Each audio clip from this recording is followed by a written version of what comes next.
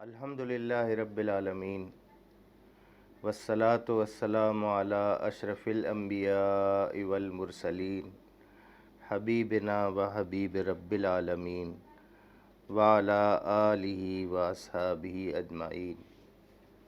رب اشرح لی صدری ویسر لی امری واحلل عقدۃ من لسانی یفقہوا قولی۔ سبحانک لا علم لنا الا ما علمتنا انک انت العلیم الحکیم۔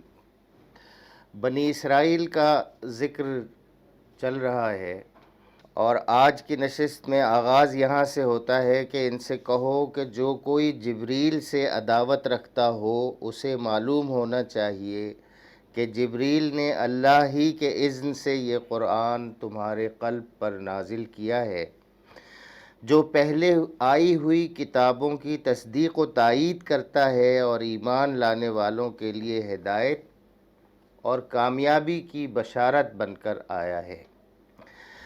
جبریل سے عداوت کیوں تھی ان کو؟ نبی صلی اللہ علیہ وسلم پر جو لوگ ایمان لائے تھے یہ انہیں تو برا کہتے ہی تھے اور اپنے دل کی بھڑاس نکالتے تھے، اس کے ساتھ ساتھ انہوں نے جبریل علیہ السلام کو بھی برا بھلا کہنا شروع کر دیا اور کہنے لگے کہ وہ ہمارا دشمن ہے اور وہ رحمت کا نہیں بلکہ عذاب کا فرشتہ ہے۔ اسی لیے یہاں بتایا جا رہا ہے کہ ان سے کہو کہ جو کوئی جبریل سے عداوت رکھتا ہے اسے معلوم ہونا چاہیے کہ جبریل نے اللہ ہی کے اذن سے یہ قرآن تمہارے قلب پر نازل کیا ہے۔ جبریل علیہ السلام کا کام بندوں تک اللہ کا پیغام اس کے رسولوں کے ذریعے پہنچانا تھا، اور جبریل کو شروع سے انبیاء کے پیرو رحمت کے فرشتے کے طور پر یاد کرتے تھے۔ اس لیے رحمت کہ انسان کے لیے دنیا کی زندگی میں جو سب سے ضروری چیز ہے، جو اللہ کی رحمت کا مظہر ہے، وہ انسانوں کے لیے ہدایت ہے، انسانوں کے لیے قانون ہے، انسانوں کے لیے ضابطہ ہے، جو پیغمبروں کے ذریعے سے انسانوں تک پہنچا اور جبریل علیہ السلام کے ذریعے سے پیغمبروں تک پہنچا۔ یہاں جس طرح سے پچھلی نشست میں آپ نے سنا کہ گروہی عصبیت کی وجہ سے، جماعتی تعصب کی وجہ سے انہوں نے اللہ کی ہدایت کو بھی جھٹلایا، حالانکہ یہ جانتے تھے کہ محمد صلی اللہ علیہ وسلم اللہ کے سچے رسول ہیں، حالانکہ یہ جانتے تھے کہ قرآن مجید اللہ کا کلام ہے، تو یہ جب اس کو انہوں نے نفی کر دی، اس کو نگیٹ کر دیا، اس کو مسترد کر دیا، جھٹلا دیا، تو لازم تھا کہ وہ پھر اس کے لانے والے کو بھی جھٹلائیں۔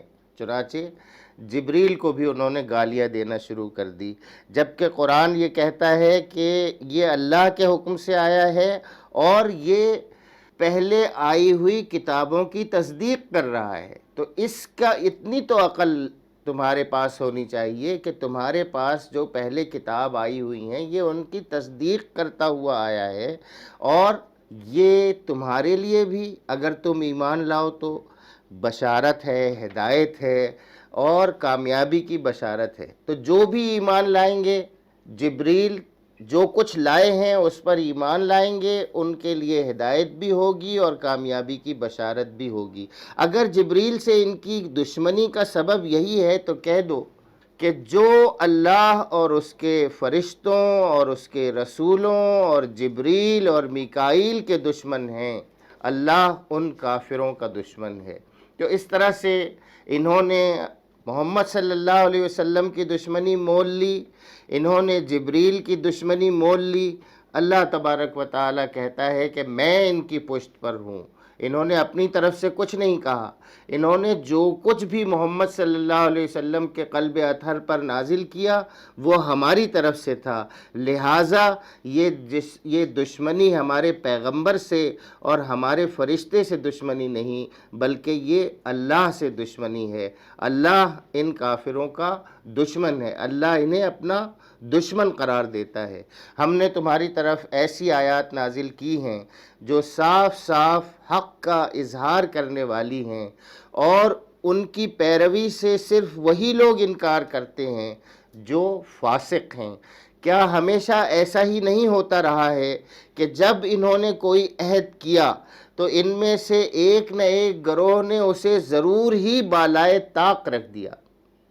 بلکہ ان میں سے اکثر ایسے ہی ہیں جو سچے دل سے ایمان نہیں لاتے، اور جب ان کے پاس اللہ کی طرف سے کوئی رسول اس کتاب کی تصدیق و تائید کرتا ہوا آیا جو ان کے ہاں پہلے سے موجود تھی، تو ان اہل کتاب میں سے ایک گروہ نے کتاب اللہ کو اس طرح پس پشت ڈالا گویا کہ وہ کچھ جانتے ہی نہیں، یعنی ان کے پاس پہلے سے جو موجود کتاب ہے اس کو چھپا دیا اس طرح، اور اس کے جو کانٹینٹ تھا اس کو بھی اس طرح سے بھلا دیا یا ایسے انجان بن گئے کہ جیسے وہ جانتے ہی نہیں، اور لگے ان چیزوں کی پیروی کرنے جو شیاطین سلیمان کی سلطنت کا نام لے کر پیش کیا کرتے تھے، حالانکہ سلیمان نے کبھی کفر نہیں کیا۔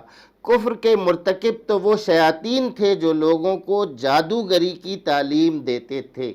یہاں یہ معلوم ہوا کہ یہاں جو کہہ رہے ہیں کہ سلیمان نے کبھی کفر نہیں کیا، یعنی انہوں نے کبھی جادو نہیں کیا، تو جادوگری جو ہے وہ کفر کے مترادف ہے۔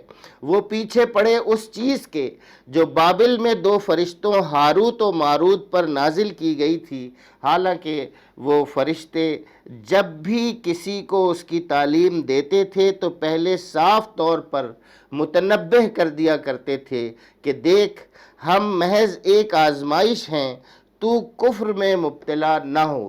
پھر بھی یہ لوگ ان سے وہ چیز سیکھتے تھے جس سے شوہر اور بیوی میں جدائی ڈال دیں۔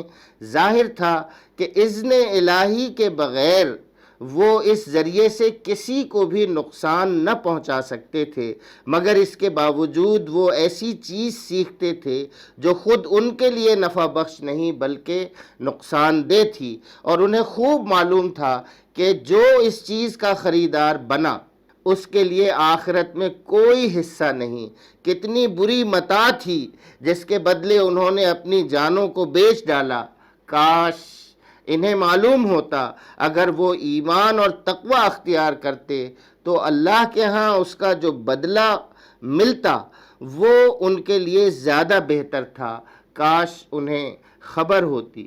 اب ذرا ایک لمحے کے لیے ٹھہر کر اپنے شہر کے بازار دیکھیں، جہاں آپ کو عاملوں کی دکانیں نظر آئیں گی، جہاں جگہ جگہ دیواروں پر لکھے ہوئے آپ کو ایسے کلمات نظر آئیں گے کہ محبوب قدموں میں، اور ہر بیماری کا علاج اور ہر سوال کا جواب۔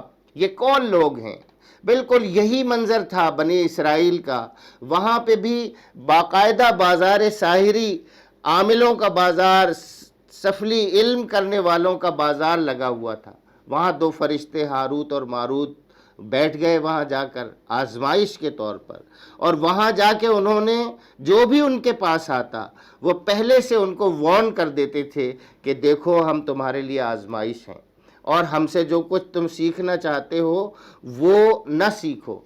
اور جو سیکھتے تھے وہ کیا تھا؟ وہ یہ تھا کہ شوہر اور بیوی میں جدائی ڈال دیں، وہی کچھ جو آج ہمارے ہاں ہوتا ہے۔ اور اس سب کا نقصان، یہ کوئی فائدہ مند چیز نہیں تھی۔ اگر وہ ان سے کوئی فائدہ مند چیز سیکھتے چلو کوئی بات ہوتی، لیکن کفر میں کوئی فائدہ مند چیز ہو کیسے سکتی ہے؟ وہ نقصان دہ ہی تھی۔ اس کی وجہ سے معاشرے میں جہاں شوہر اور بیوی میں نفاق پیدا ہو جائے، جہاں شوہر اور بیوی میں جدائی ڈال دی جائے، وہ معاشرے پنپ نہیں سکتے، وہ معاشرے ضرور نقصان اختیار کریں گے۔ آگے ارشاد ہوا، اور یہاں پہ بھی یہود کی جو دل کی جلن ہے وہ نکل رہی ہے۔ اے لوگو جو ایمان لائے ہو، رائنا نہ کہا کرو بلکہ انظرنا کہو، اور توجہ سے بات کو سنو۔ حضور صلی اللہ علیہ وسلم کی مجلس میں لوگ آتے تھے اور آپ صلی اللہ علیہ وسلم کوئی بات بیان کرتے تھے، گو کہ آپ کا طریقہ تو یہ تھا کہ آپ ایک چیز کو بار بار بیان کر دیتے تھے، لیکن پھر بھی اگر کوئی شخص کچھ سننے سے رہ جائے تو وہ کہتے تھے رائنا۔ اس کا مطلب ہے کہ ذرا ہماری رعایت کیجئے، تو ذرا دہرا دیجئے، دوبارہ بیان کر دیجئے۔ تو یہ لوگ اس کو ذرا سی زبان ٹیڑھی کر کے لفظ رائنا نکال دیتے تھے، جس کے کچھ اور مطلب بھی ہوتے ہیں، منفی مطالب بھی ہوتے ہیں۔ چنانچہ اللہ تبارک و تعالیٰ نے اہل اسلام سے، اہل ایمان سے کہا کہ تم رائنا نہ کہا کرو بلکہ انظر نہ کہا کرو، یعنی ہماری طرف ذرا نظر کیجئے، ہماری طرف دیکھیے، ہماری طرف توجہ فرمائیے۔ اور پھر اس کے بعد یہ کہا کہ اور توجہ سے بات کو سنو، اتنے غور سے سنو کہ تمہیں دوبارہ پوچھنے کی ضرورت ہی نہ ہو۔ یہ کافر تو عذاب علیم کے مستحق ہیں۔ یہ لوگ جنہوں نے دعوت حق کو قبول کرنے سے انکار کر دیا ہے، خواہ اہل کتاب میں سے ہوں یا مشرک ہوں، ہرگز یہ پسند نہیں کرتے کہ تمہارے رب کی طرف سے تم پر کوئی بھلائی نازل ہو، مگر اللہ جس کو چاہتا ہے اپنی رحمت کے لیے چن لیتا ہے، اور وہ بڑا فضل فرمانے والا ہے۔ ہم اپنی جس آیت کو منسوخ کر دیتے ہیں یا بھلا دیتے ہیں، اس کی جگہ اس سے بہتر لاتے ہیں، یا کم از کم ویسی ہی۔ کیا تم جانتے نہیں ہو کہ اللہ ہر چیز پر قدرت رکھتا ہے؟ کیا تمہیں خبر نہیں ہے کہ زمین اور آسمانوں کی فرما روائی اللہ ہی کے لیے ہے، اور اس کے سوا کوئی تمہاری خبرگیری کرنے والا اور تمہاری مدد کرنے والا نہیں ہے؟ پھر کیا تم اپنے رسول سے اس قسم کے سوالات اور مطالبے کرنا چاہتے ہو جیسے اس سے پہلے موسیٰ سے کیے جا چکے ہیں؟ حالانکہ جس شخص نے ایمان کی روش کو کفر کی روش سے بدل لیا، وہ راہ راست سے بھٹک گیا۔ اہل کتاب میں سے اکثر لوگ یہ چاہتے ہیں کہ کسی طرح تمہیں ایمان سے پھیر کر کفر کی طرف پلٹا لے جائیں، اگرچہ حق ان پر ظاہر ہو چکا ہے، مگر اپنے نفس کے حسد کی بنا پر تمہارے لیے ان کی یہ خواہش ہے۔ اس کے جواب میں تم عفو درگزر سے کام لو، یہاں تک کہ اللہ خود ہی اپنا فیصلہ نافذ کر دے۔ مطمئن رہو، اللہ ہر چیز پر قدرت رکھتا ہے۔ نماز قائم کرو اور زکوٰۃ دو، تم اپنی عاقبت کے لیے جو بھلائی کما کر آگے بھیجو گے، اللہ کے ہاں اسے موجود پاؤ گے۔ جو کچھ تم کرتے ہو وہ سب اللہ کی نظر میں ہے۔ یعنی اگر تم کچھ چھپا کر کرو گے تو یہ نہ سوچو کہ یہ کسی کو نظر نہیں آئے گا، یہ پتہ نہیں چلے گا۔ اللہ سب دیکھ رہا ہے، کوئی دیکھے نہ دیکھے، اللہ ہر چیز کو دیکھ رہا ہے۔ ہر چیز جو کچھ تم کر رہے ہو وہ اللہ کی نظر میں ہے۔ ان کا کہنا یہ ہے کہ کوئی شخص جنت میں نہ جائے گا جب تک کہ وہ یہودی نہ ہو، یا عیسائیوں کے خیال کے مطابق عیسائی نہ ہو۔ یہ ان کی تمنائیں ہیں۔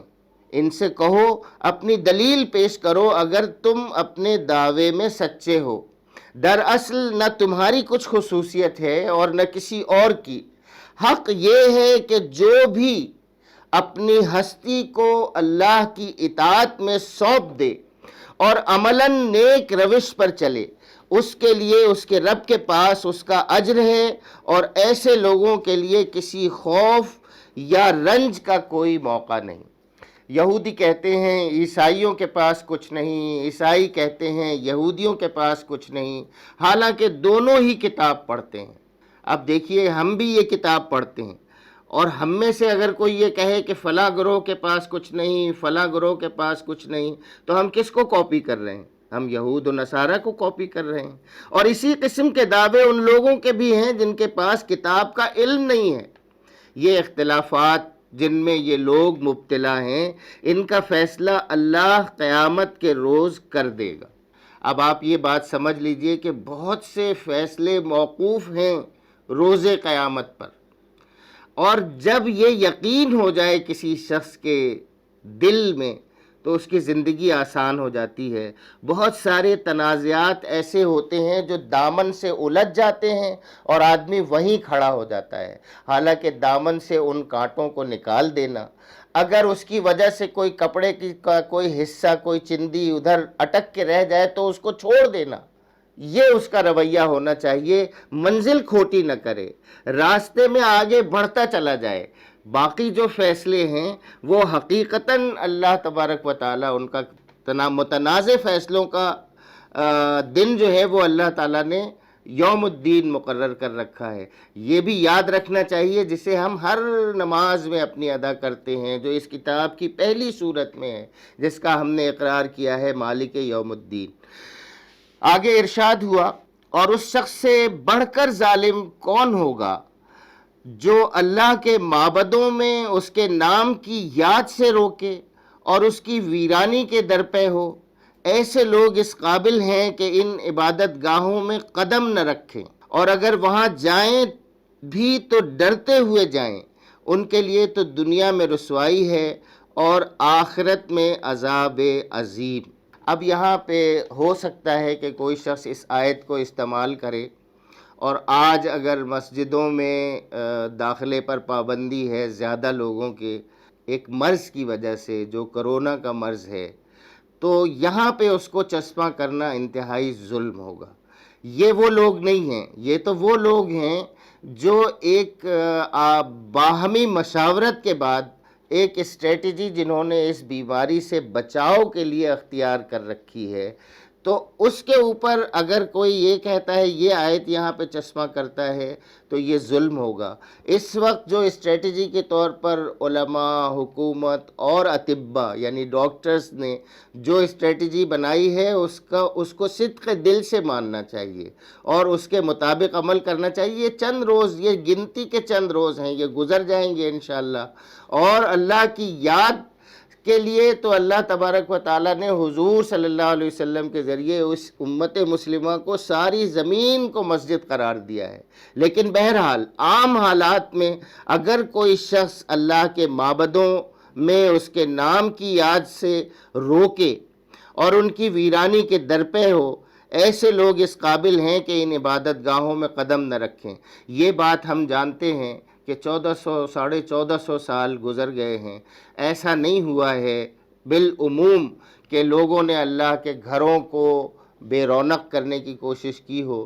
دن بدن جیسے جیسے دن گزرتے جا رہے ہیں، انسانوں نے، اہل ایمان نے، ایمان کے دعوے داروں نے اللہ کے گھروں کی آباد کرنے اور اسے بارونق بنانے ہی کی کوشش کی ہے۔ اللہ تعالیٰ ان سارے لوگوں کی کوششوں کو قبول فرمائے، اور ان کے دلوں میں آج جو دکھ اور اندوہ ہے، اللہ تعالیٰ اپنے خاص فضل و کرم سے اس کا مداوع کرے اور ان کے اس دکھ کو بھی قبول فرمائے اور اجر و ثواب کا باعث بنائے، اور جلد سے جلد وہ دن لائے کہ ہم اس ہنگامی صورتحال سے نجات پا کر دوبارہ اپنی مسجدوں میں اسی طرح سے شان کے ساتھ، اسی طرح سے خلوص کے ساتھ، اسی طرح سے وہاں پہ جمع ہوں اور اس کی رونقیں پھر بحال ہوں۔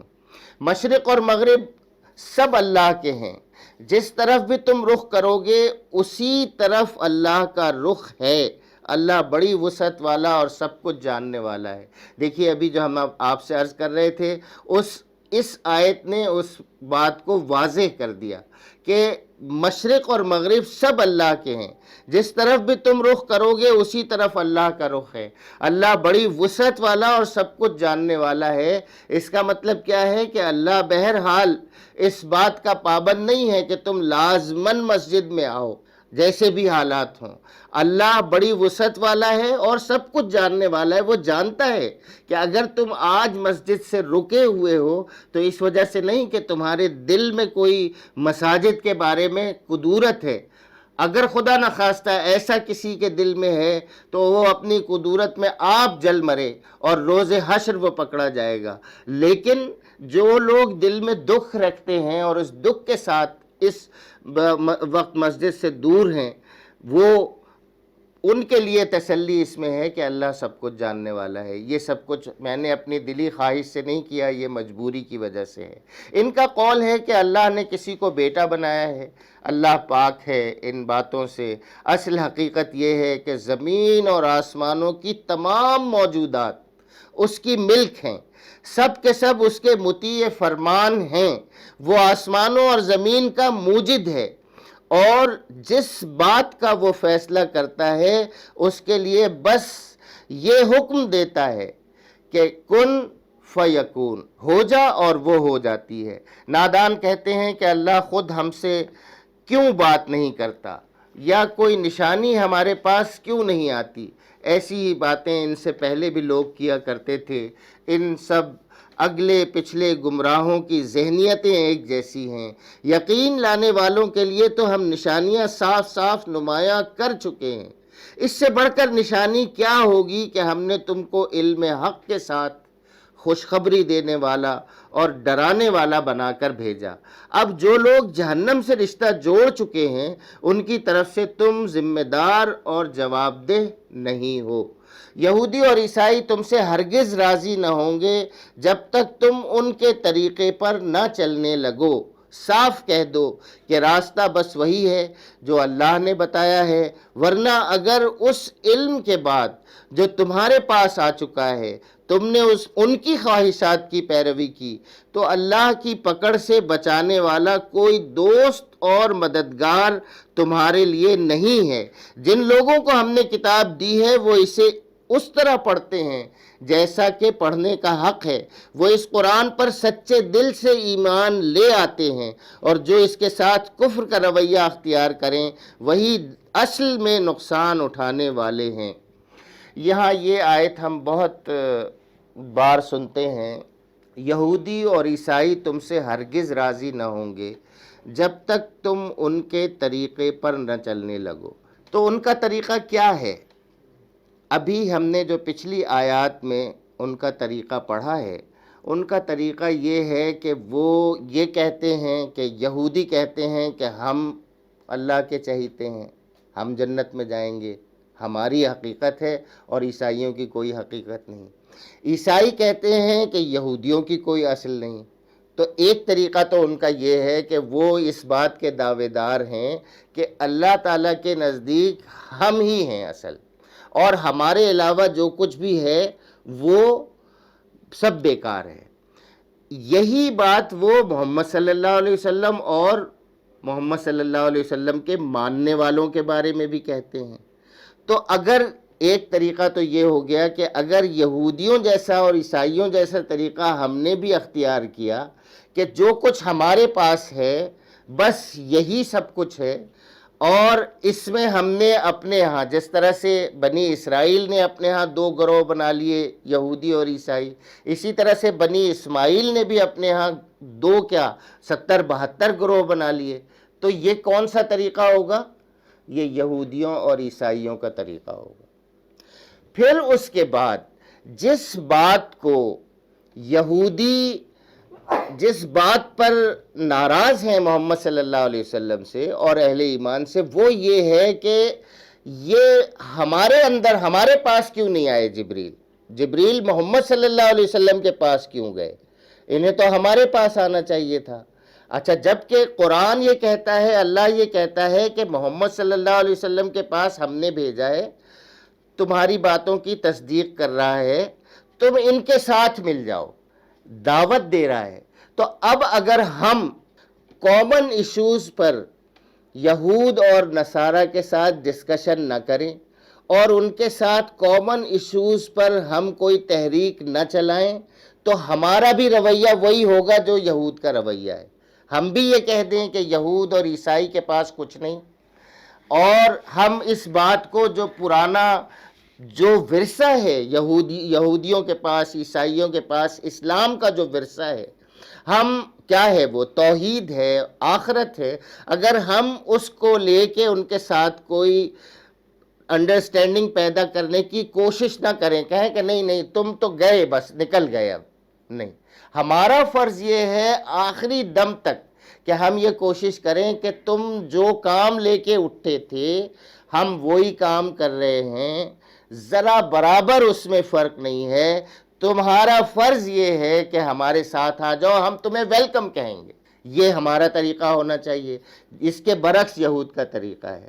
اب آپ آ جائیے اس بات پر کہ فرض کیجئے کہ زمین پر اس وقت کرونا کا حملہ ہے اور کرونا کے لیے ویکسین بنانا ہے، تو اس میں اگر یہودی اور عیسائی کوئی کام کر رہے ہیں یا مشرکین کچھ کام کر رہے ہیں تو دنیا کے کاموں میں شامل ہو جانا اور دنیا کو کسی مصیبت سے چھٹکارا دلانے کے لیے، فرض کریں چھوڑیں کرونا کو، یہ کچھ دن کی بات ہے، بھوک ہے جو زمین پر ہے، جو ناانصافی اور ظلم ہے زمین پر، جو دہشت گردی ہے زمین پر، اس سب کو مٹانے کے لیے اگر ان کے ساتھ کوئی اسٹریٹجی بنتی ہے تو وہ یہاں اس آیت پہ یہاں چسپاں نہیں ہوتی۔ بدقسمتی سے ہم تو ان سے بات کرنے کو بھی، ویسے اپنی عملی زندگی میں، کاروباری زندگی میں میں خود ذاتی طور پر ایسے لوگوں کو جانتا ہوں جو دنیا میں یہودیوں اور عیسائیوں کے ساتھ خوب مزے سے کاروبار کر رہے ہیں۔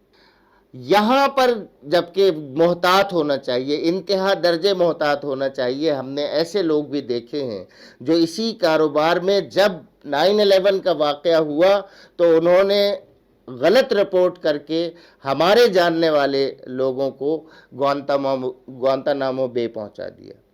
دوست نہیں رہے وہ، حالانکہ کاروبار کرتے تھے، سارا کاروبار انہوں نے ضبط کر لیا۔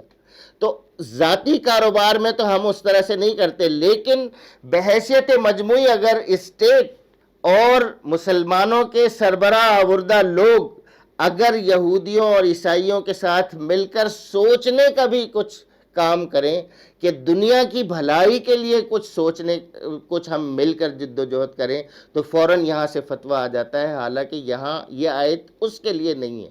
انسانوں کی بھلائی کے لیے، روزمرہ ایشوز کو حل کرنے کے لیے، توانائی کو ایکسپلور کرنے اور اس توانائی کو تمام دنیا میں منصفانہ طور پر تقسیم کرنے کے لیے، دہشت گردی کے اختتام کے لیے، دہشت گردی کا مقابلہ کرنے کے لیے، دنیا میں تہذیب اور تمدن قائم کرنے کے لیے جو بنیادی کامن سینس ہے اس کے مطابق انسانوں کی تربیت کے لیے، یہ سارے کام کرنے کے لیے یہ مل کے کیے جا سکتے ہیں۔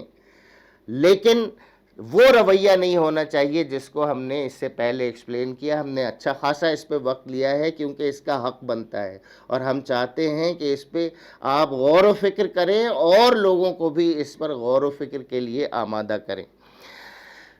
یہودی اور عیسائی تم سے ہرگز راضی نہ ہوں گے جب تک تم ان کے طریقے پر نہ چلنے لگو۔ صاف کہہ دو کہ راستہ بس وہی ہے جو اللہ نے بتایا ہے، ورنہ اگر اس علم کے بعد جو تمہارے پاس آ چکا ہے تم نے ان کی خواہشات کی پیروی کی، تو اللہ کی پکڑ سے بچانے والا کوئی دوست اور مددگار تمہارے لیے نہیں ہے۔ جن لوگوں کو ہم نے کتاب دی ہے وہ اسے اس طرح پڑھتے ہیں جیسا کہ پڑھنے کا حق ہے، وہ اس قرآن پر سچے دل سے ایمان لے آتے ہیں، اور جو اس کے ساتھ کفر کا رویہ اختیار کریں وہی اصل میں نقصان اٹھانے والے ہیں۔ اے بنی اسرائیل، یاد کرو میری وہ نعمت جس سے میں نے تمہیں نوازا تھا، اور یہ کہ میں نے تمہیں دنیا کی تمام قوموں پر فضیلت دی تھی، اور کوئی کسی کے ذرا کام نہ آئے گا، نہ کسی سے فدیہ قبول کیا جائے گا، نہ کوئی سفارش ہی آدمی کو فائدہ دے گی، اور نہ مجرموں کو کہیں سے کوئی مدد پہنچ سکے گی۔ یاد کرو کہ جب ابراہیم کو اس کے رب نے چند باتوں میں آزمایا اور وہ ان سب میں پورا اتر گیا، تو اس نے کہا میں تجھے سب لوگوں کا پیشوا بنانے والا ہوں۔ ابراہیم نے عرض کیا اور کیا میری اولاد سے بھی یہی وعدہ ہے؟ اس نے جواب دیا میرا وعدہ ظالموں سے نہیں ہے، اور یہ کہ ہم نے اس گھر یعنی کعبہ کو لوگوں کے لیے مرکز اور امن کی جگہ قرار دیا تھا، اور لوگوں کو حکم دیا تھا کہ ابراہیم جہاں عبادت کے لیے کھڑا ہوتا ہے اس مقام کو مستقل جائے نماز بنا لو، اور ابراہیم اور اسماعیل کو تاکید کی تھی کہ میرے اس گھر کو طواف اور اعتکاف اور رکوع اور سجدہ کرنے والوں کے لیے پاک رکھو، اور یہ کہ ابراہیم نے دعا کی اے میرے رب اس شہر کو امن کا شہر بنا دے، اور اس کے باشندوں میں سے جو اللہ اور آخرت کو مانے انہیں ہر قسم کے پھلوں کا رزق دے۔ جواب میں اس کے رب نے فرمایا اور جو نہ مانے گا دنیا کی چند روزہ زندگی کا سامان تو میں اسے بھی دوں گا، مگر آخر کار اسے عذاب جہنم کی طرف گھسیٹوں گا، اور وہ بدترین ٹھکانہ ہے۔ اور یاد کرو ابراہیم اور اسماعیل جب اس گھر کی دیواریں اٹھا رہے تھے تو دعا کرتے جاتے تھے اے ہمارے رب ہم سے یہ خدمت قبول فرما لے، تو سب کی سننے اور سب کچھ جاننے والا ہے۔ اے رب ہم دونوں کو اپنا مسلم مطیع فرمان بنا، ہماری نسل سے ایک ایسی قوم اٹھا جو تیری مسلم ہو، ہمیں اپنی عبادت کے طریقے بتا اور ہماری کوتاہیوں سے درگزر فرما۔ تو بڑا معاف کرنے والا اور رحم فرمانے والا ہے، اور اے رب ان لوگوں میں خود انہی کی قوم سے ایک رسول اٹھائی ہو جو انہیں تیری آیات سنائے، ان کو کتاب اور حکمت کی تعلیم دے اور ان کی زندگیاں سنوارے، تو بڑا مقتدر اور حکیم ہے۔ اب کون ہے جو ابراہیم کے طریقے سے نفرت کرے، جس نے خود اپنے آپ کو حماقت و جہالت میں مبتلا کر لیا ہو؟ اس کے سوا کون یہ حرکت کر سکتا ہے؟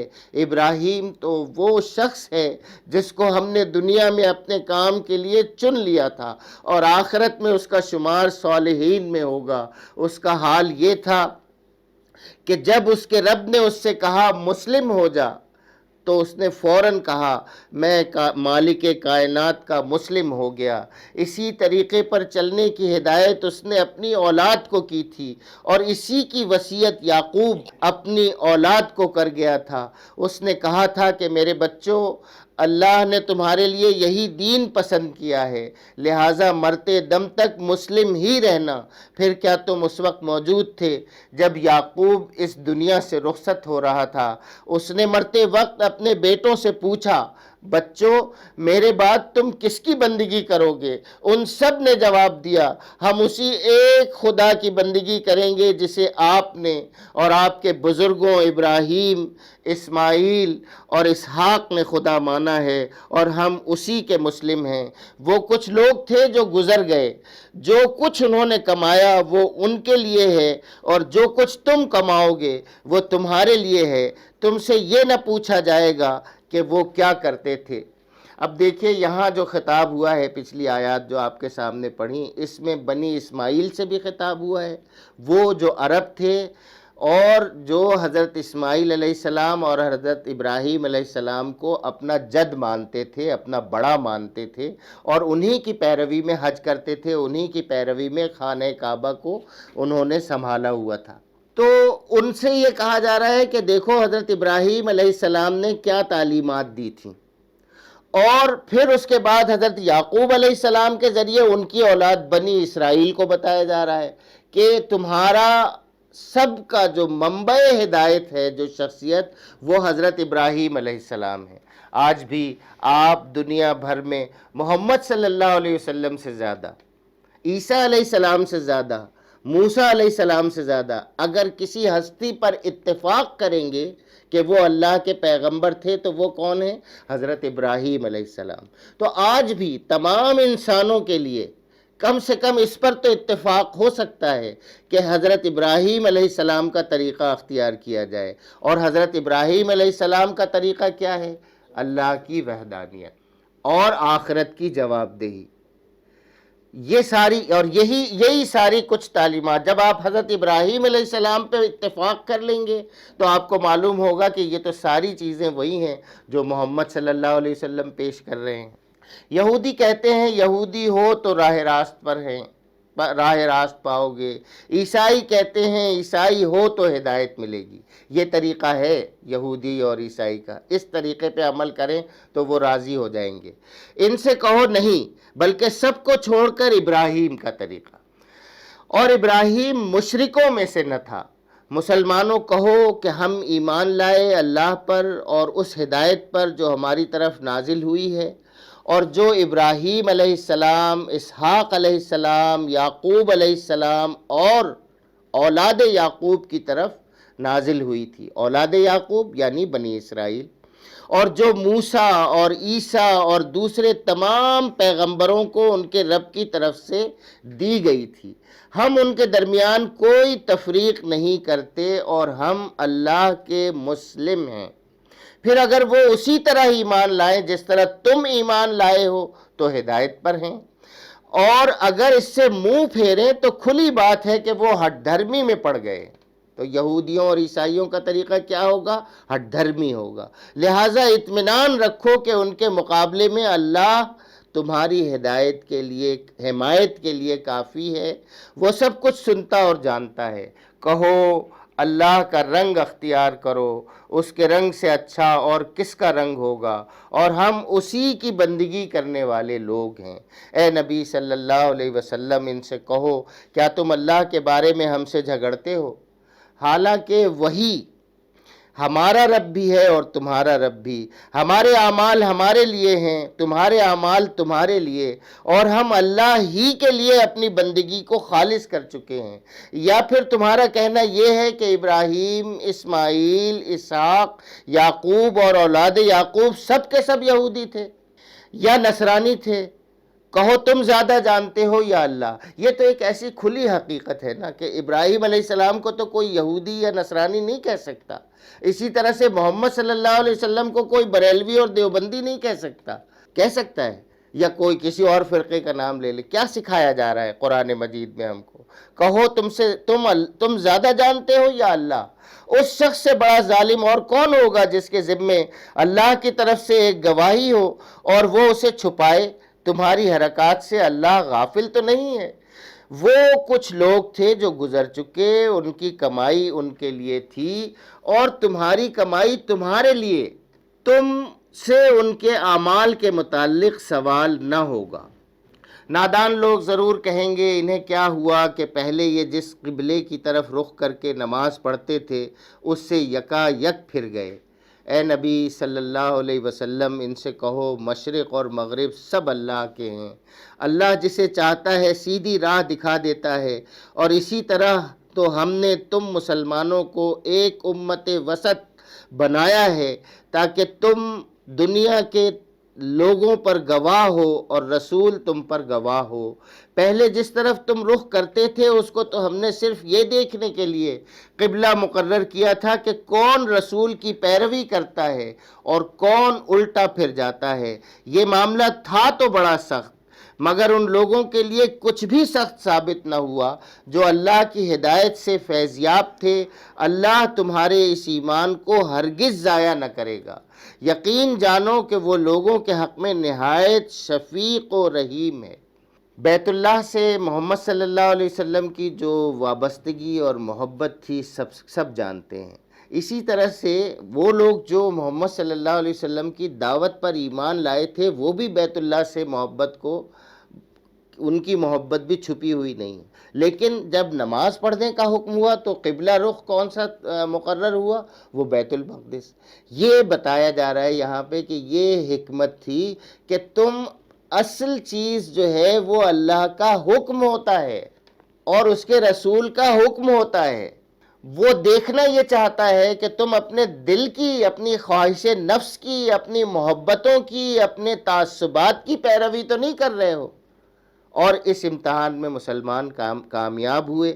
مسلمانوں کو خوشخبری ہے کہ اللہ تبارک و تعالیٰ نے اکنالج کیا ہے کہ یہ تھا تو مشکل کام، یہ تھا تو بڑا سخت، مگر ان لوگوں کے لیے کچھ بھی سخت ثابت نہ ہوا جو اللہ کی ہدایت سے فیضیاب تھے۔ پھر اللہ تعالیٰ یہ کہتا ہے کہ اس ایمان کو اللہ ہرگز ضائع نہ کرے گا۔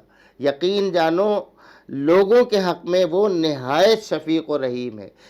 اس بات میں ہم سب کے لیے بھی ایک اطمینان ہے کہ اگر ہم کوئی نیک کام کرتے ہیں، اپنے ذاتی تعصبات کو چھوڑ کر، اپنی ذاتی خواہشوں کو چھوڑ کر اگر ہم کوئی نیک کام کرتے ہیں، اللہ تعالیٰ نہایت شفیق ہے، مہربان ہے، وہ ضائع نہیں کرے گا۔ اے نبی صلی اللہ علیہ وسلم، یہ تمہارے منہ کا بار بار آسمان کی طرف اٹھنا ہم دیکھ رہے ہیں۔ لو ہم اسی قبلے کی طرف تمہیں پھیرے دیتے ہیں جسے تم پسند کرتے ہو۔ مسجد حرام کی طرف رخ پھیر دو۔ اب جہاں کہیں تم ہو اسی کی طرف منہ کر کے نماز پڑھا کرو۔ یہ لوگ جنہیں کتاب دی گئی تھی خوب جانتے ہیں کہ تحویل قبلہ کا یہ حکم ان کے رب ہی کی طرف سے ہے اور برحق ہے، مگر اس کے باوجود جو کچھ یہ کر رہے ہیں اللہ اس سے غافل نہیں ہے۔ تم ان اہل کتاب کے پاس خواہ کوئی نشانی لے آؤ، ممکن نہیں کہ یہ تمہارے قبلے کی پیروی کرنے لگیں، اور نہ تمہارے لیے یہ ممکن ہے کہ ان کے قبلے کی پیروی کرو، اور ان میں سے کوئی گروہ بھی دوسرے کے قبلے کی پیروی کے لیے تیار نہیں ہے۔ اور اگر تم نے اس علم کے بعد جو تمہارے پاس آ چکا ہے ان کی خواہشات کی پیروی کی تو یقیناً تمہارا شمار ظالموں میں ہوگا۔ جن لوگوں کو ہم نے کتاب دی ہے وہ اس مقام کو جسے قبلہ بنایا گیا ہے ایسا پہچانتے ہیں جیسا اپنی اولاد کو پہچانتے ہیں، مگر ان میں سے ایک گروہ جانتے بوجھتے حق کو چھپا رہا ہے۔ یہ قطعی ایک امر حق ہے تمہارے رب کی طرف سے، لہٰذا اس کے متعلق تم ہرگز کسی شک میں نہ پڑو۔ ہر ایک کے لیے ایک رخ ہے جس کی طرف وہ مڑتا ہے، پس تم بھلائیوں کی طرف سبقت کرو۔ جہاں بھی تم ہوگے اللہ تمہیں پالے گا، اس کی قدرت سے کوئی چیز باہر نہیں۔ تمہارا گزر جس مقام پر بھی ہو وہیں سے اپنا رخ نماز کے وقت مسجد حرام کی طرف پھیر دو، کیونکہ یہ تمہارے رب کا بالکل برحق فیصلہ ہے اور اللہ تم لوگوں کے اعمال سے بے خبر نہیں ہے۔ اور جہاں سے بھی تمہارا گزر ہو اپنا رخ مسجد حرام ہی کی طرف پھیرا کرو، اور جہاں بھی تم ہو اسی کی طرف منہ کر کے نماز پڑھو تاکہ لوگوں کو تمہارے خلاف کوئی حجت نہ ملے۔ ہاں، ان میں سے جو ظالم ہیں ان کی زبان کسی حال میں بند نہ ہوگی، تو تم ان سے نہ ڈرو بلکہ مجھ سے ڈرو، اور اس لیے کہ میں تم پر اپنی نعمت پوری کر دوں، اور اس توقع پر کہ میرے اس حکم کی پیروی سے تم اسی طرح فلاح کا راستہ پاؤ گے جس طرح تمہیں اس چیز سے فلاح نصیب ہوئی کہ ہم نے تمہارے درمیان خود تم میں سے ایک رسول بھیجا جو تمہیں ہماری آیات سناتا ہے، تمہاری زندگیوں کو سنوارتا ہے، تمہیں کتاب اور حکمت کی تعلیم دیتا ہے اور تمہیں وہ باتیں سکھاتا ہے جو تم نہ جانتے تھے۔ لہٰذا تم مجھے یاد رکھو، میں تمہیں یاد رکھوں گا، اور میرا شکر ادا کرو، کفران نعمت نہ کرو۔ وآخر دعوانا ان الحمد للہ رب العالمین۔